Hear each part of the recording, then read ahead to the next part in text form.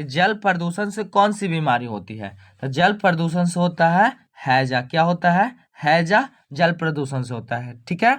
फिर अगला प्रश्न है अपना कि ठोस अपशिष्ट का सही निपटान क्या है? तो ठोस अपशिष्ट का सही निपटान पुनः चक्रण है। क्या है? पुनः चक्रण है। ठीक है, क्लियर है। फिर आगे है बहुत महत्वपूर्ण प्रश्न आगे है कि 3R का पूरा नाम क्या है? 3R का पूरा नाम क्या है? तो रिड्यूस, रियूस और रिसाइकल। 3R का पूरा नाम है, आप लोग याद रखिएगा। सब्जेक्टिव में पूछ सकता है और ऑब्जेक्टिव में पूछेगा ऑप्शन देके। ठीक है, समझ में आया होगा। फिर आगे है कि प्लास्टिक थैली क्यों हानिकारक है? तो प्लास्टिक थैली इसलिए हानिकारक है क्योंकि वह अपघटित नहीं होती है। किस लिए? क्योंकि वह अपघटित नहीं होती है। प्लास्टिक की जो थैली होती है से पुनः अपघटित नहीं होती है, जिसके कारण यह हानिकारक है। ठीक है। फिर अगला प्रश्न है अपना कि जैव विविधता का संरक्षण क्यों आवश्यक है? तो जैव विविधता का संरक्षण पारिस्थितिकी संतुलन हेतु आवश्यक है। पारिस्थितिकी संतुलन हेतु जैव विविधता का संरक्षण आवश्यक है। ठीक है। फिर आगे अपना प्रश्न है कि राष्ट्रीय विज्ञान दिवस कब मनाया जाता है? राष्ट्रीय विज्ञान दिवस कब मनाया जाता है? तो राष्ट्रीय विज्ञान दिवस याद रखिएगा कि 28 फरवरी को मनाया जाता है। कब? 28 फरवरी को राष्ट्रीय विज्ञान दिवस मनाया जाता है। फिर है कि पृथ्वी का सबसे बड़ा प्राकृतिक संसाधन क्या है? तो पृथ्वी का सबसे बड़ा प्राकृतिक संसाधन जल है। क्या है? जल है। ठीक है। फिर अगला प्रश्न है कि स्वच्छ ऊर्जा भविष्य क्यों है? स्वच्छ ऊर्जा भविष्य क्यों है? तो प्रदूषण कम करने के लिए। किस लिए? प्रदूषण कम करने के लिए। आप लोग याद रखिएगा, प्रदूषण कम करने के लिए स्वच्छ ऊर्जा भविष्य है। ठीक है। फिर है कि विज्ञान का उपयोग जीवन को कैसे बनाता है? विज्ञान का उपयोग जीवन को कैसा बनाता है? तो विज्ञान का उपयोग जो है तो जीवन को सरल बनाता है। विज्ञान पूछे चाहे प्रौद्योगिकी पूछे, इनका उपयोग जो है जीवन को सरल बनाने का काम करता है। ठीक है। फिर आगे अपना प्रश्न है कि विज्ञान का अध्ययन क्यों आवश्यक है? तो विज्ञान का अध्ययन विकास के लिए आवश्यक है। किस लिए? विकास के लिए विज्ञान का अध्ययन आवश्यक है। ठीक है। विज्ञान का उपयोग करते हैं तो जिंदगी हमारा सरल हो जाता है। फिर है कि विद्युत मोटर ऊर्जा को बदलती है। तो विद्युत मोटर जो है विद्युत ऊर्जा को यांत्रिक ऊर्जा में बदलती है। विद्युत ऊर्जा को यांत्रिक ऊर्जा में बदलने का काम करती है विद्युत मोटर। ठीक है।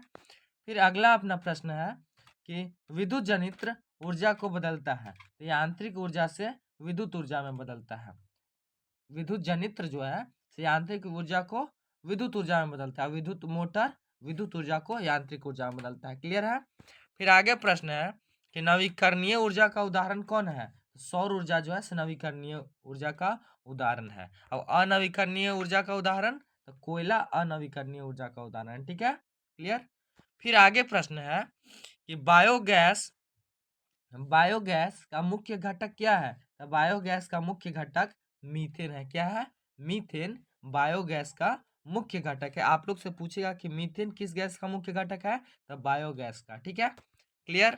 फिर आगे है कि ताप विद्युत गृह में क्या जलता है? तो ताप विद्युत गृह में कोयला जलता है। क्या जलता है? कोयला जलता है ताप विद्युत गृह में। ठीक है। फिर अगला प्रश्न है कि जल विद्युत ऊर्जा किससे मिलती है? तो बहते जल से जल विद्युत ऊर्जा मिलती है। किससे? बहते जल से जल विद्युत ऊर्जा मिलती है, याद रखिएगा आप लोग। फिर है कि परमाणु ऊर्जा किससे मिलती है? तो नाभिकीय विखंडन से परमाणु ऊर्जा मिलती है। नाभिकीय विखंडन से दो नाभिक अलग अलग जब हो जाते हैं, विखंडित हो जाते हैं, तो उसको नाभिकीय विखंडन कहा जाता है। ठीक है। नाभिकीय संलयन भी आपको पता है कि दो जुड़ जाते हैं तो दो या दो से अधिक। फिर है कि ऊर्जा संरक्षण का नियम किससे संबंधित है? तो ऊर्जा परिवर्तन से संबंधित है। किससे? ऊर्जा संरक्षण का नियम ऊर्जा परिवर्तन से संबंधित है। ठीक है। फिर अपना अगला प्रश्न है कि वायु प्रदूषण का मुख्य कारण क्या है? तो वाहन का धुआं वायु प्रदूषण का मुख्य कारण है। क्या? वाहन का धुआं वायु प्रदूषण का मुख्य कारण है। ठीक है। फिर अगला प्रश्न है कि दूर दृष्टि दोष का उपचार क्या है? तो दूर दृष्टि दोष अगर किसी व्यक्ति को हो जाएगा तो उसको हम उत्तल लेंस का चश्मा पहनाएंगे। किस लेंस का? उत्तल लेंस का। तो उत्तल लेंस जो है सो दूर दृष्टि दोष का उपचार है। और निकट दृष्टि दोष पूछ लिया जाए तो अवतल लेंस। किस लेंस? अवतल लेंस, याद रखिएगा। क्लियर। फिर आगे प्रश्न है कि प्रकाश की चाल निर्वात में कितनी होती है? तो प्रकाश की चाल निर्वात में 3 × 10⁸ मीटर/सेकेंड होता है, यानी प्रति सेकेंड होता है। प्रकाश की चाल निर्वात में कितनी होती है? 3 × 10⁸ ठीक है। फिर अगला प्रश्न है कि विद्युत धारा की इकाई है। तो विद्युत धारा की इकाई है एम्पियर। कौन है? एम्पियर विद्युत धारा की इकाई है। ठीक है।